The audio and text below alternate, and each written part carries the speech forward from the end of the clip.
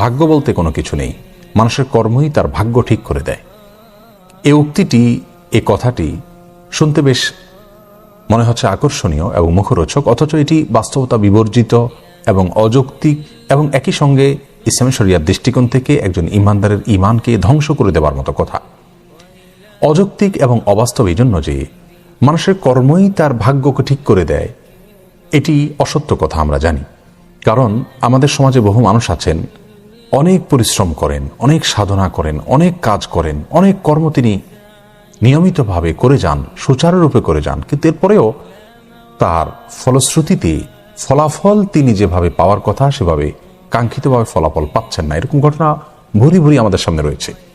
আবার অনেকে খুব বেশি পরিশ্রম যে করেছেন তা নয়, খুব বেশি কাজ যে করেছেন তা নয়, কিন্তু তারপরেও তার ফল তিনি বেশ ভালো পেয়েছেন।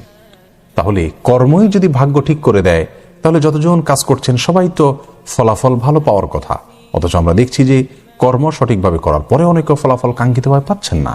বোঝা গেল কর্মই আমাদের ভাগ্য ঠিক করে দেয়, এটা অযৌক্তিক কথা এবং অবাস্তব কথা, অসত্য কথা। এর পাশাপাশি ইসলামী শরিয়ার দৃষ্টিকোণ থেকে এ ধরনের উক্তি কোনো ঈমানদার করবার সুযোগ নেই। এটা আমাদের ঈমানের সাথে সম্পূর্ণ সাংঘর্ষিক একটি উক্তি।